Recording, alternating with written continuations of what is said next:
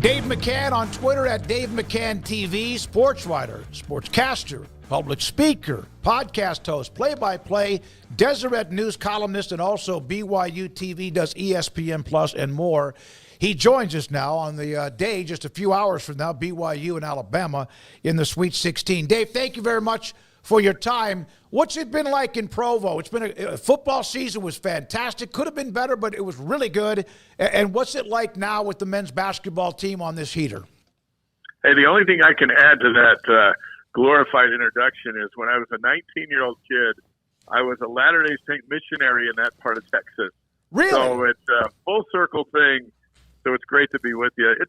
It's a great time up here, as you can imagine. Folks are dialed in with this magical run that somewhat improbable, considering they're really trying to find themselves when Baylor came here back in January, and they got the Bears in overtime, and that got them to 14-6, and now they're 26-9. So what's not for a fan to love over that stretch? Dave, this is a team that can bomb away with the best of them, and they're going to have to do that tonight against Alabama. They are better on defense than Bama, but do you think that in a game like this could be even a factor at all, or is this about endurance more than anything? It's so hard to say. Whoever starts hot is certainly going to have a huge advantage, and it's a challenge. BYU started, haven't always started hot. I think when they were in Ames a couple weeks ago, they hadn't scored by the first time out, but the beauty of that was that Iowa State had a 2-0 lead. So they were still in it, even though they hadn't been able to put the ball in the basket. But as of late, they came out against Wisconsin and just started hitting shots and never trailed in that game. And that's kind of how they have to do it tonight. I'm not saying they won't trail, but they've got to come out answering blow for blow in a game where both teams are good at shooting. And sometimes in these kind of games, it turns into just the opposite, right? Where they're both supposed to be really good at these two things, and then it's 60-58 in a slugfest free throw shooting thing. But I think everybody's hoping. I know CBS is hoping that it's a track meet right from the start, and both teams are capable of lighting it up, that's for sure. What are they, if you think they have a weakness, what would it be? Because they have some size inside, athleticism in size. Obviously, they can shoot it. What would be perhaps an Achilles? Well, rebounding has been such a thing in our league. And in games where, Houston is a cut above, right? And it's out-rebounded everybody, or so it seemed. But in games where BYU is competitive, they were winning on the glass, and that's Iowa State, that's Arizona and Tucson, and even when Baylor was here. And I think rebounding is key. Jimmer Fredette was on our podcast the other day, and we asked him, and he said that Alabama shoots so much that rebounding on the defensive side is so important because there's long rebounds coming off misses. And that's what he's going to be watching. Turnovers and free throws and rebounding the long misses, which can give a team 3 possessions down the floor if everyone's down at the basket ready to box out and get a regular rebound. So those 3 areas, Jimmer's usually spot on with how to win these kind of games, and I think he's right. So I think rebounding, foul trouble, all that stuff can affect both sides. But Alabama is just they're the number 1 scoring team in the country, so you have to respect that, even if BYU is not far behind them, and maybe ahead of them over the last 3 weeks. But in this one, under these bright lights, these teenagers, and some of them are just going to have to play like men, and you're just not quite sure who's going to be. Yeah, the angular length of Alabama, and they have hops. It just seems like you're right. Those long rebounds, that allows them to get something 8 to 10 feet away that otherwise would not be available. And that I've seen that again. Auburn, whoever they've played, it just seems like they do get multiple shots in each possession. Paul?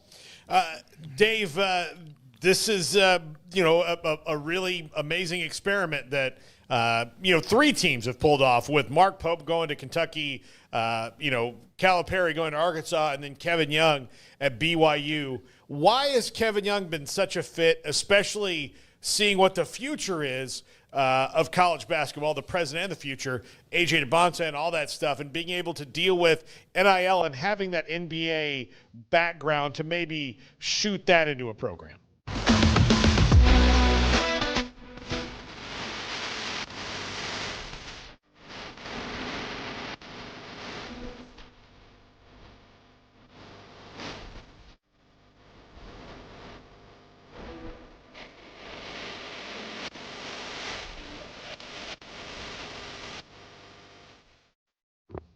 Yeah, I think he came in unflustered by the notion of NIL because he dealt with free agency for so long in the league. It was a matter of, is there an NIL budget? And that's what you get to work from. And I think for the longest time, BYU has plenty of successful graduates and there's plenty of money out there, but they haven't had a reason to donate. Now, football, that speaks for itself. But for basketball, you need a visionary to go, I'm going to invest in that guy, and he can get those guys. Mark Pope couldn't do it, but Kevin Young came in at the right time and proved that he could do it right away. And when they got Yegor Demon and even Cannon Catching's outstanding, highly touted freshman, really, Keba Keita came down from Utah. I think he was the first one to jump down with Kevin Young and the NBA-type staff that he put together. Everyone wants to go to the show. Most aren't going to, but they all believe they are. And so to go play for a staff that can get you there if your abilities are where they need to be is enticing. And he pulled this roster together pretty quickly. Richie Saunders is, Big 12. Mm-hmm. He's elevated his game significantly. I think he's been a pleasant surprise and has turned into become the guy for them. And no one knew who that guy was when they started. And Kevin will be the first to tell you, and he's told us throughout the season in our broadcast, I'm just figuring this out, right? This is not – he said if the NBA refs called games like the Big 12 refs, all the NBA players would be fouled out by halftime. And I think he's probably right. So he's had to adjust to this whole thing. And he's gotten better as it's gone along. I think that's why Cougar Nation is so hopeful. Is the team that got blown out by Providence in early December is now in the Sweet 16, getting better and better. And boy, as we've seen with Baylor's program, when that's going on, booster support comes out of the woodwork, and then you just keep building on it. And as you mentioned, AJ DeBance and those guys are going to be in Provo here in a few months, and that's a whole different place that BYU basketball will be that they just haven't been. They weren't there with Jimmer because Jimmer came in with one scholarship offer other than BYU, and then he turned in the National Player of the Year. This DeBanza kid's coming in ranked number 1 or number 2 in the world, and that's a different day here for sure. If all the famous quarterbacks in BYU history walked into, let's say, a crowded arena, and then you also had let's say Danny Ainge, Sean Bradley, among others that walked in. And then Jimmer walked in. Would the loudest applause from everybody go to him? Oh, without question. It's just a magical thing about him. And I think he mentioned being over in Denver last weekend. He was in the arena for the first time as a fan watching a tournament game in that same arena where he took BYU to the Sweet 16 in 2011. And he said, what amazed me is I'm walking through the crowd and I'm being stopped by Michigan fans, Wisconsin fans, VCU fans, asking for pictures and autographs and talking about how much fun he was to watch during that magical 2010-2011 season. And that's 14 years ago, but he still got it. He stayed relevant, made the little Olympic run with the 3-on-3, never really took root in the NBA, but Jimmer Mania, as they used to call it around here, still do, in fact. College basketball loves stories like that, and he was that one in 2011, and it still got some staying power. So, Dave, if they win this game tonight, they've got to face Duke later on.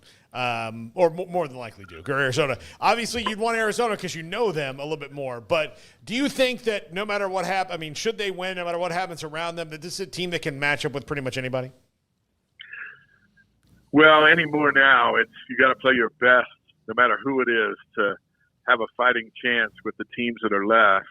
I think Arizona can give Duke big trouble tonight, just because I think Love is an outstanding player and they have all that it takes. I think Arizona would like a rematch with BYU after the Cougars won in Tucson.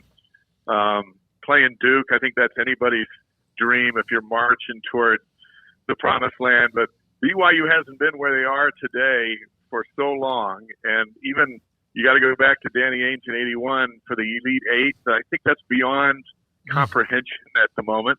And if they can beat Alabama, they can beat anybody left, except for Houston. I just think Houston has got BYU figured out. And, man, I was surprised Gonzaga gave them a push.